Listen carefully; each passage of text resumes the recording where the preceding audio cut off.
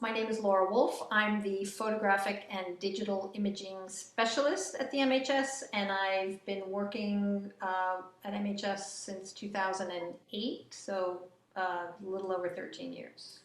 Beal's photographic view of Boston is a panoramic photograph that's about 10 feet long. And I was introduced to it. We did an exhibit called History Drawn in Light, and it was an exhibit of photographs from our collection. So in preparation for that, Anne asked me to photograph the panorama so that we could digitize it and include it in the exhibit. That was my first introduction to the item, and it's, I mean, technologically, you know, when it was shot in, I think, 1867, it's 10 feet long. It was printed and sold. Beal's did, I've looked online, and I don't know if it's if it was one person or a company, but I've seen panoramas they've done of New York from the same time period of, you know, the skyline and the bridges and stuff. So they kind of had their own little thing going on there.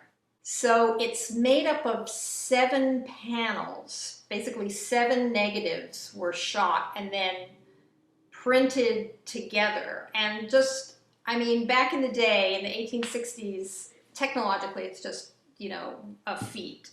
And my understanding is that it was shot from East Boston. One of the really fun things that we did in that exhibit was that we thought that it might be interesting for me to create a contemporary panorama to compare the old view from 1867 with the, you know, with the current view of 2013. So I spent some time lurking around East Boston, and I actually found, I was talking to people, and I stopped and talked with a guy. I think he was walking his dog, and I told him what I was doing, and, you know, it turned out that he lived in an apartment that looked right out over the harbor. So it allowed me to come over to his house very early in the morning. I remember I think it was March. So I think I showed up at his house at like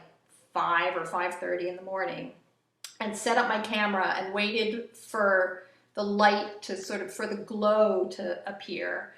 And then, you know, similar to how Beals took the picture, I shot 6 or 7 images with my digital camera, and then was able to stitch those together and create panorama that we presented along with the original in the exhibit, so that people could compare and try and find, you know, what buildings were still around. And it was really, and it's actually taped up along my desk. You may have seen it behind my desk. So I love that concept of now and then, you know, now and then standing in the same place and seeing what's changed and what hasn't. So it was really fun to do that.